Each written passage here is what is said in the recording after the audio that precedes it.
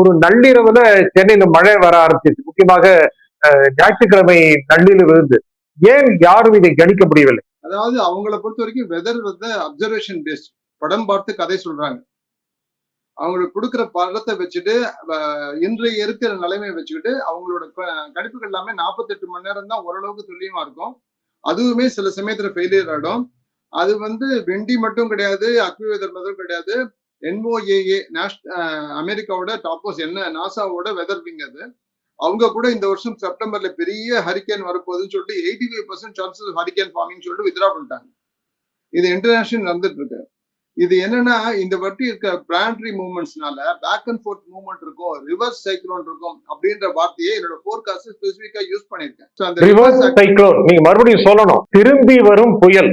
ஆமா, திரும்பி வரும் புயல் அப்படின்னு தான் கொடுத்திருக்கேன். பட் அதுல வந்து என்னன்னா நான் டிப்ரெஷன் ஸ்ட்ரோக் சைக்ளோன் கொடுத்திருக்கேன். ஸோ டிப்ரெஷனாகவும் இருக்கும், சைக்ளோனாவும் இருக்கும். பட் டிப்ரெஷன் ஆகி இப்ப நிறைய மழை கொடுத்திருக்கு. இன்ஃபேக்ட் சென்னை வந்து டிஃபிஷிட்டா இருந்தது. ஆஸ் ஆன் டேட் சென்னை வந்து நார்மல் ஆயிடுச்சு. நுங்கம்பாக்கம் எக்ஸஸ் ஆயிடுது. மீனம்பாக்கத்துக்கு ஒரு 10 சென்டிமீட்டர் என்பதான் ஷார்ட் ஃபால் இருக்கு. அண்ட் மோரோவர் அதர் கேடிசி ரீஜன்லாம் கூட நியர் நார்மல் வந்துருச்சு.